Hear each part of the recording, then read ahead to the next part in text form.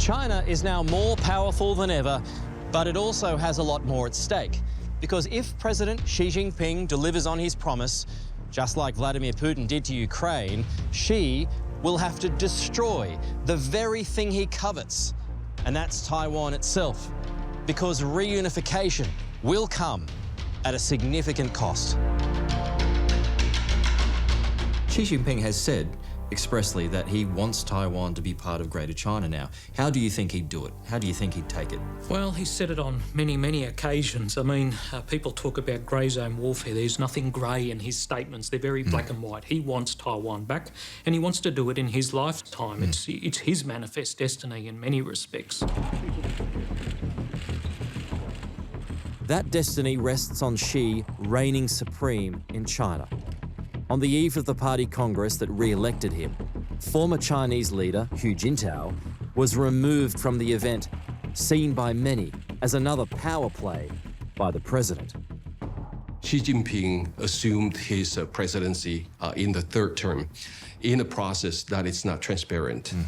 And he basically tried to eliminate all his political opponents.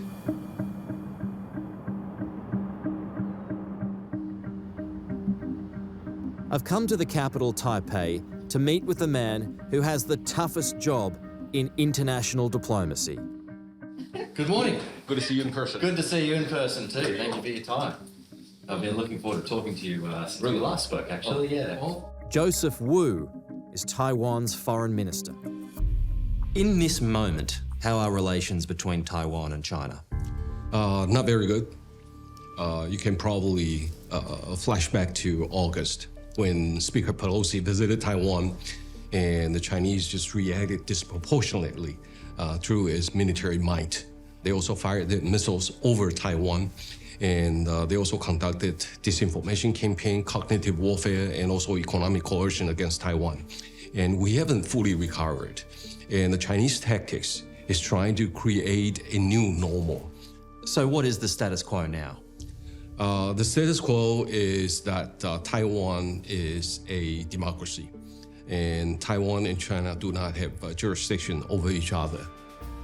But Ambassador Zhao says that's simply not the case. In this world, there's only one China, and now the People's Republic of China is representing the whole of China. And Taiwan was part of China and is still part of China. This is truly a David and Goliath scenario.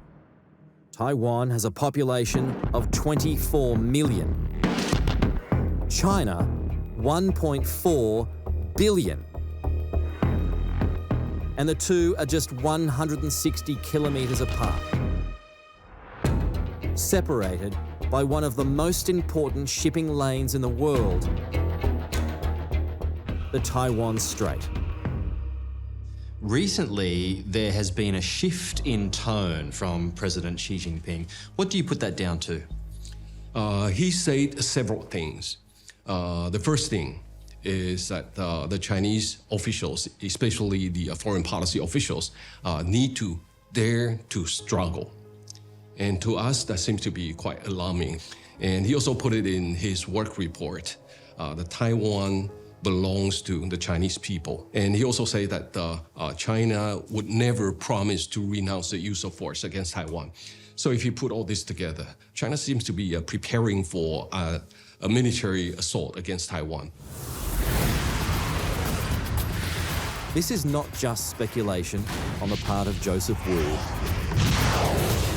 He points to the dramatic increase in China's military presence in Taiwanese territory. If you look at China's long-term military trajectory, it's been threatening Taiwan more and more and more. In 2020, they have about 380 sorties of their military airplane. And in 2021, they had 970 of them. And for this year, they already have 2,700 sorties violating our immediate vicinity. So this kind of military threat is increasing. And we are concerned that China might feel that they are confident enough to use military force against Taiwan without too much opposition. And if they have that kind of confidence, they may attack Taiwan at any time.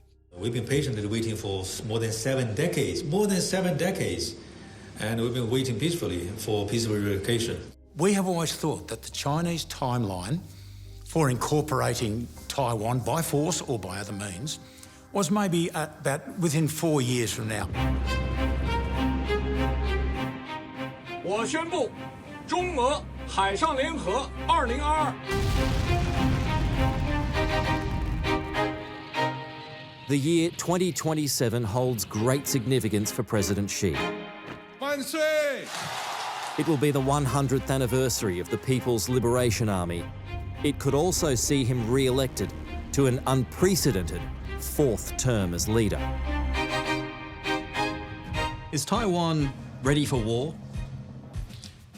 Well, I do not think that we are ready for war right now, but definitely we are about to be ready for war. Dr. Lei Chung is the director of Taiwan's Department of Chinese Affairs. He says the government is workshopping all possible plans by Beijing. We are talking about the Chinese, the Air Force, as also the blockade by the sea. Those are the things that are very possible employed by China to cut off Taiwan from our fuel, our energy, and also the food resources and all those. Despite that, we are preparing for the stockpile to meet the situation like those. And you're preparing for that now? Yeah, we have to prepare for everything. From their fighter jets at the Hsinchu Air Base to their warships at sea.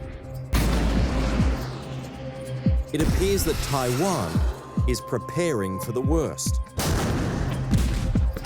And make no mistake, they'll be coming up against the biggest military force in the world.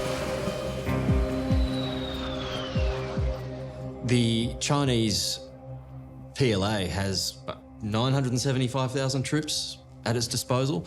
Taiwan's got roughly 90,000, give or take, is that right? We have 150,000 military personnel. 150,000. As opposed to 1 million, though. Opposed to 1 million, yes. Just a fraction. If you look at the sheer number, of course, that is a contrast. But for the Chinese to be able to transport their military personnel over the Taiwan Strait, and the ships crossing the water can be a target.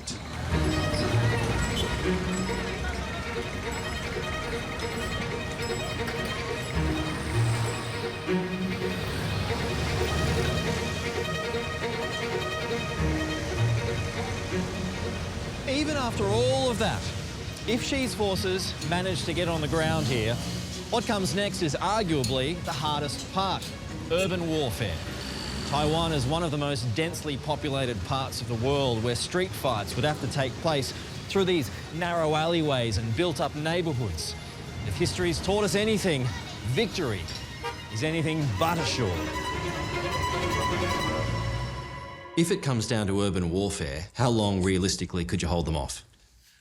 We don't try to calculate how long we can last. The determination is that we will fight as long as it takes. What sort of help will you need? The need will be for us to continue to stockpile the ammunitions and weapons that we need for Taiwan's self-defense, and we have been doing that right now. Do you have concerns that American weapons at the moment are going to Ukraine, leaving you short perhaps?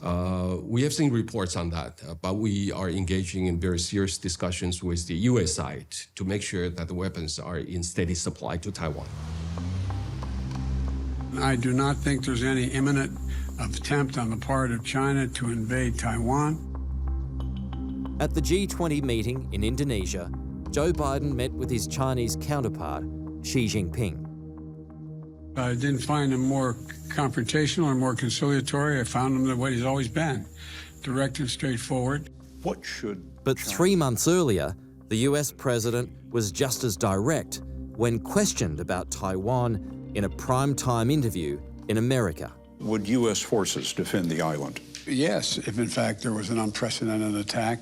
So unlike Ukraine, to be clear, sir, U.S. forces, U.S. men and women, would defend Taiwan in the event of a Chinese invasion.